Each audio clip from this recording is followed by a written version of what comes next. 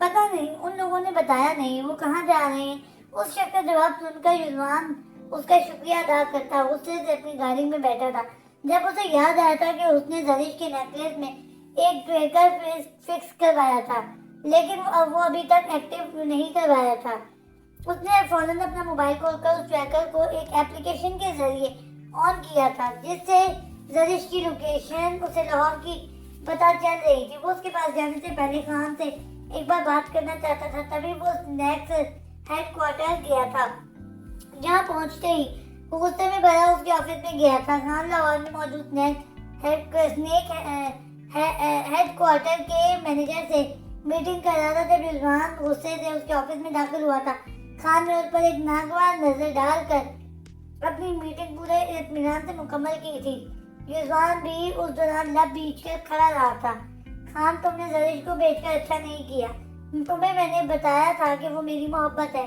कितने वक्त बाद वो मुझे दोबारा मिली थी, मगर तुम्हारी वजह से मैं उसे दोबारा खो चुका हूँ। युजवान उसके मीटिंग खत्म करते ही सर्द लहजे में बोला था।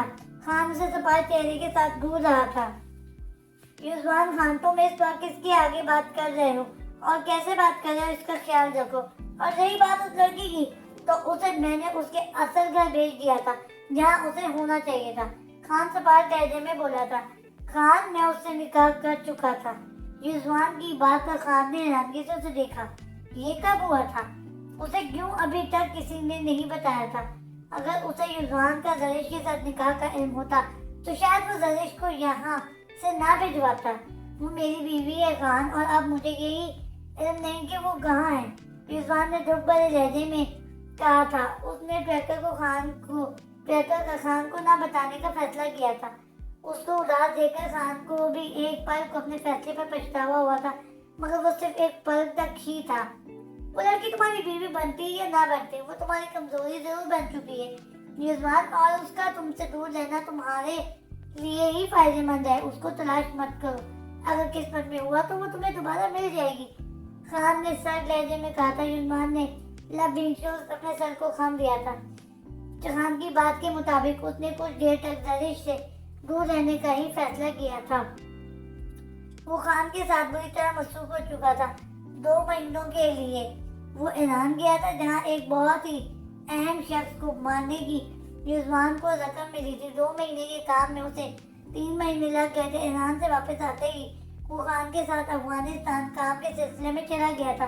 खान को जरीश के जाने के बाद युजवान का चुप रहना खटक रहा था, मगर वो अभी सिर्फ खामोश ही था।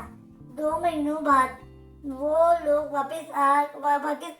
वापस पाकिस्तान आए थे। वो दोनों इस वक्त लाहौर में मौजूद थे। यहाँ के हेडक्वार्टर में उनकी एक अहम मीटिंग थी और खान को यहाँ एक मशहूर बिजनेसमैन को मारने का काम मिला था। वो मासूम लोगों को नहीं मारता था, और जिस बिजनेसमैन को मारना था उसे मारने के पैसे भी उसकी बीवी ने ही दिए थे। वो शख्स अपनी बीवी को मारता था और अपनी 15 साल बेटी का रिश्ता लालच में 40 साल मर्द से करने वाला था।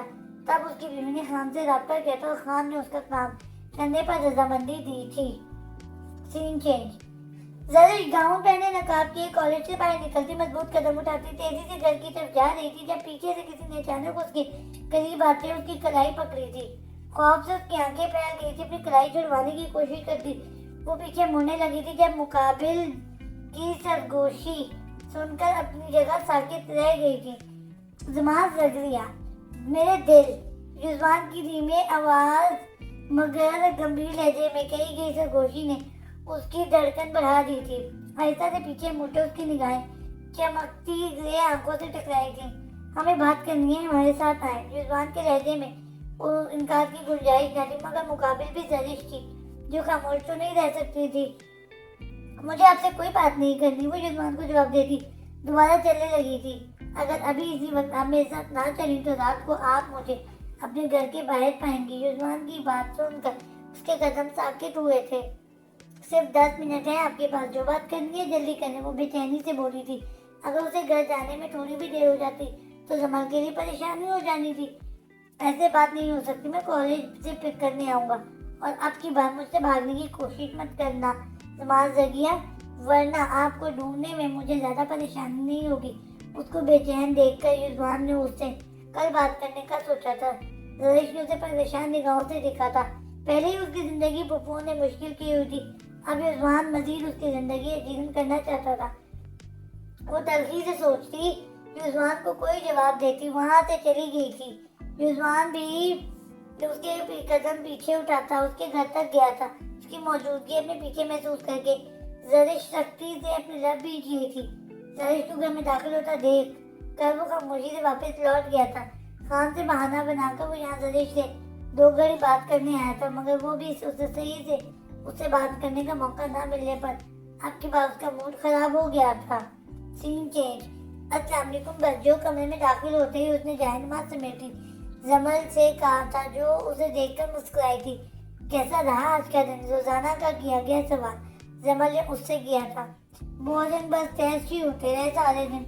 वो अपना गाउन उतार कर रखती, मुंह चढ़ाकर बोली थी। जमल ने उसे देखकर नफी में चल गया था। वो जब से यहाँ आई थी तब से जरिश का पढ़ाई से भी दिल उठ गया था। अब ऐसे ही लेट मत जाना, उठो, उठकर फ्रेश हो जाओ, मैं तुम्हारे लिए खाना लाई। जमल अपना हिजाब खोलती, दुपट्टा गले में डालती जरिश से बोली थी, बच्चों खाने में क्या बनाया है? उसने सुस्ती से उठते हुए पूछा। दाल चावल बनाए हैं, जमल ने उसे जवाब दिया था। ओ शुक्र है, वरना रोज रोज रोटी खाकर तेरी बस हो गई थी। जरिश मुंह बनाकर बोली थी। जमल उसकी बात पर उदास हो गई थी। वो जानती थी जरिश को चावल कितने पसंद है, मगर फुप्पो, रमीज और आरजू चावलों की निस्बत रोटी ज्यादा खाते थे। अब जाओ जल्दी से फ्रेश हो जाओ, मैं खाना लेकर आई। जमल उसे बोलती कमरे से निकली थी जब वो अपने ध्यान से निकलती किसी से टकराई थी। खुद को संभालते उसकी निगाहें रमीज के चेहरे पर पड़ी थी, जो उसे गहरी नजरों से देख रहा था। जमल ने उसको देखकर फौरन दूसरी तरफ मुड़कर जल्दी से दुपट्टा फैलाकर सर पर लिया था। रमीज भाई, आपको कोई काम था? उसने सर कहने में पूछा था। हाँ, खाना लगा दो मुझे, आरजू के साथ बाजार, मुझे खाना लगा दो मुझे।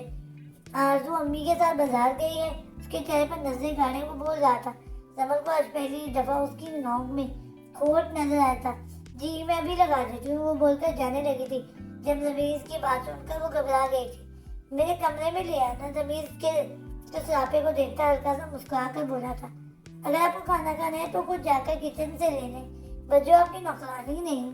कमरे से बाहर निकलती जरिश रमीज की बात सुनकर जवाबन बोली थी। जमल जरिश के आने पर पुरसुकून हो गई थी, वरना उसे रमीज से खौफ आने लगा था। रमीज ने उस छटाक बच की लड़की को गुस्से से देखा था।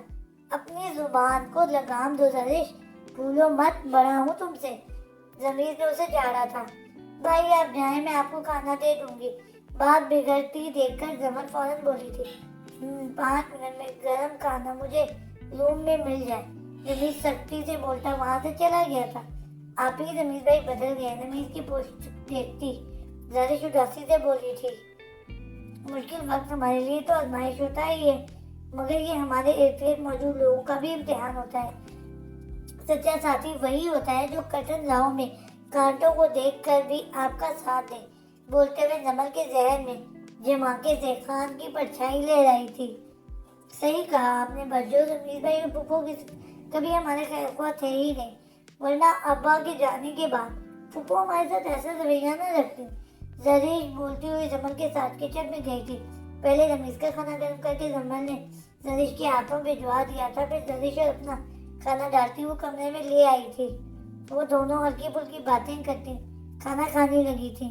Scene change. कल रात की मीटिंग स्नैक क्वार्टर में थी। इसी सिलसिले में फरहान बैठा कुछ फाइल समेट रहा था। 5 माह से मुसलसल काम के बाद अब ये आखिरी मीटिंग और अपने टारगेट को खत्म करने के बाद वो 2 महीनों के लिए सिर्फ ऑफिस वर्क ही संभालेगा। वो लोग लाहौर में मौजूद दी स्नैक सर्विस के अंदर आने वाले 5 स्टार होटल में रह रहे थे। ये टॉप फ्लोर पर मौजूद पेंट हाउस था जो सिर्फ खान और युजमान के लिए था। युजमान खान के काम से गया हुआ था, इसलिए इस टाइम खान अकेला यहाँ मौजूद था। फाइल समेट कर अपनी जगह